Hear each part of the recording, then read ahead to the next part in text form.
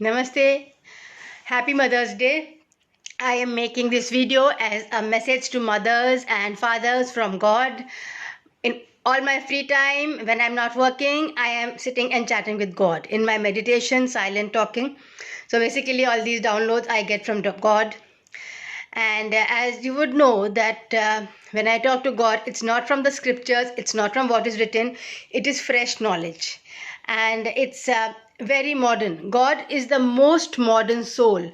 God is not traditional. God is not ritualistic. God does not need things to be as they were 10,000 years ago. God is evolving.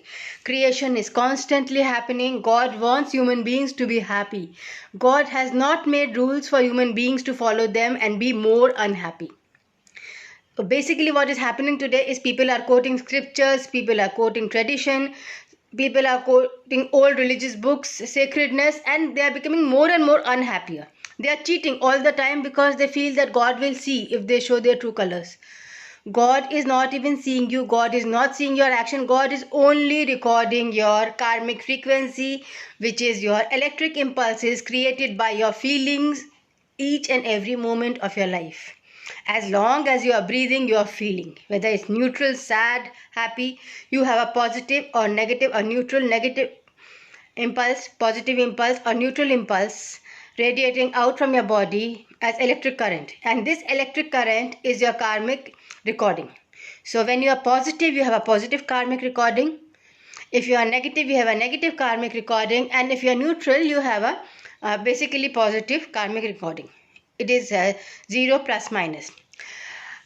If you are unhappy all the time, you may be a very good wife and you may be perfect, but if you are sad or unhappy or empty all the time, you have a negative karmic score.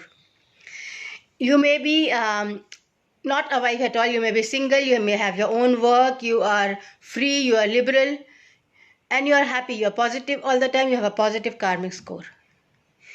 You may not have any children, but you are happy, you are optimistic, you have a positive karmic score.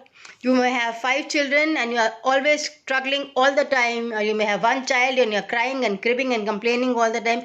You have a negative karmic score. So a negative karmic score makes you unhappier in the future of the present life, and a positive karmic score makes you happier in the future in the present life. If you have become habitual to becoming negative, you have to go through a phase of meditation and detachment to be positive again. You cannot be positive with being negative. You have to be positive with being neutral, or you can be positive with being positive, meditative.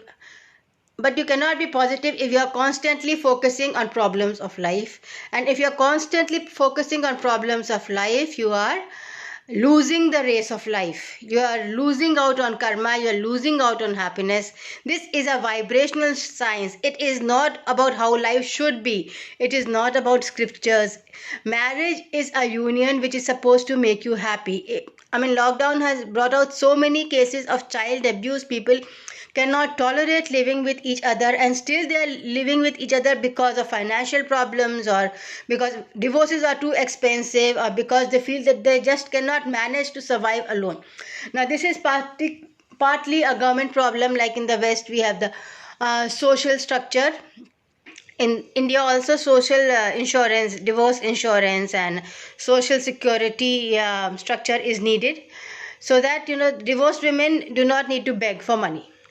You don't get easy alimony, and very often the custody of the child is at stake because the man simply wants him as a possession, not because he loves him. And simply to insult the woman, they take away the child, and they don't even take good care of the child. They just take away the child only because so that the woman feels defeated, and there is no reason to make her feel defeated. But the man is competitive, the man is competing all the time. That's how he has been trained in the education system. And men have compartmentalized brains. They can only think one thing, second thing, third. Women have a whole brain. So you are supposed to be complementing each other with different skills of the mind, but you end up competing with each other and trying to defeat each other and trying to do the same work. Women and men should work differently, even in offices. Women make good teachers, men make good sports teachers. So it is because the brain is different. So it is not that you cannot do a man's job or you cannot do a female job. You can, but you should know that you would approach the same job differently, and you should not compete with each other. If you are forever competing, forever insulting, forever disrespecting each other and talking rudely to each other, or not sleeping with each other, finding each other miserable to live with, and constantly stressed, anxious, upset, then it is time for divorce.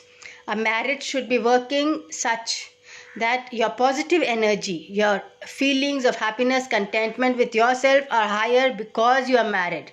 And if your feelings of desperation, helplessness, and discontent with yourself are higher after marriage, then that means the marriage is wrong. It should be left out. It's the same as a job, that you should be working on a job till it gives you satisfaction and till it helps you grow, evolve.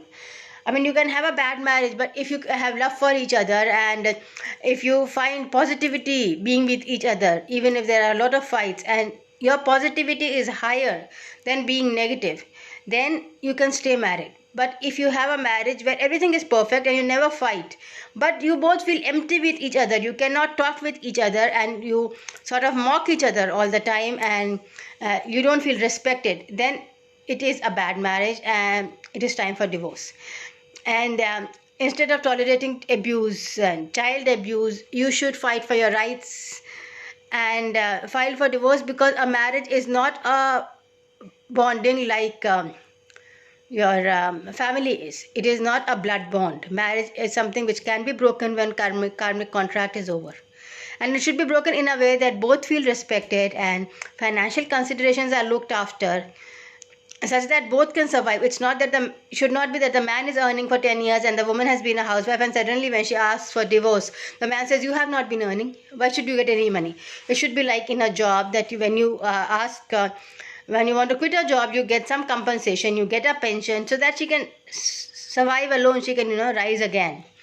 She needs some money to rise again, and asking her parents to look after her is unfair. So basically what happens is that the parents have to support. The man does not give alimony, he tries to get away, and then he boasts that he's so rich and he's so this and he's that, and it's so useless, because he's always empty and he is always dissatisfied with life.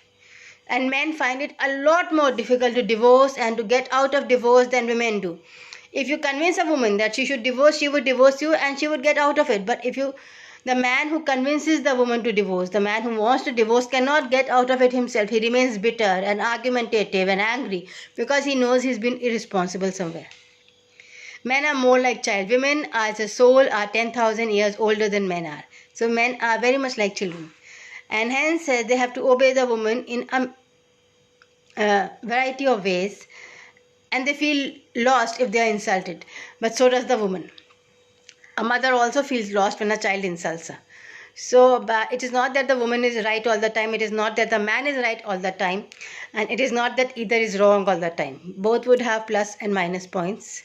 So you have to decide whether you can be compatible, whether you can be respectful and friendly and trust each other. And you should simply leave if you can't.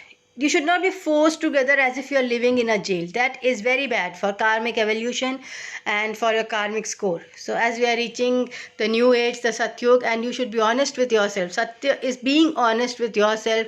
You don't need to be honest with the world, but you should be honest with yourself. That is what Satyug is about.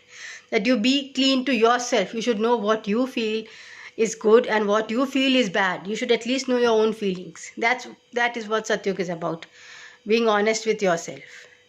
So as on Mother's Day, I would say that mothers need freedom, mothers need respect, mothers need to be on their own. Mothers cannot be slaves all the time. They should not be treated as slaves. They should be respected for their words, for their efforts, because mothers do make a lot of efforts. It may be invisible because it's not paid. But if it were paid, it is a lot of effort. So with due respect to all the mothers and the Mother Goddess, thank you. Have a happy Mother's Day.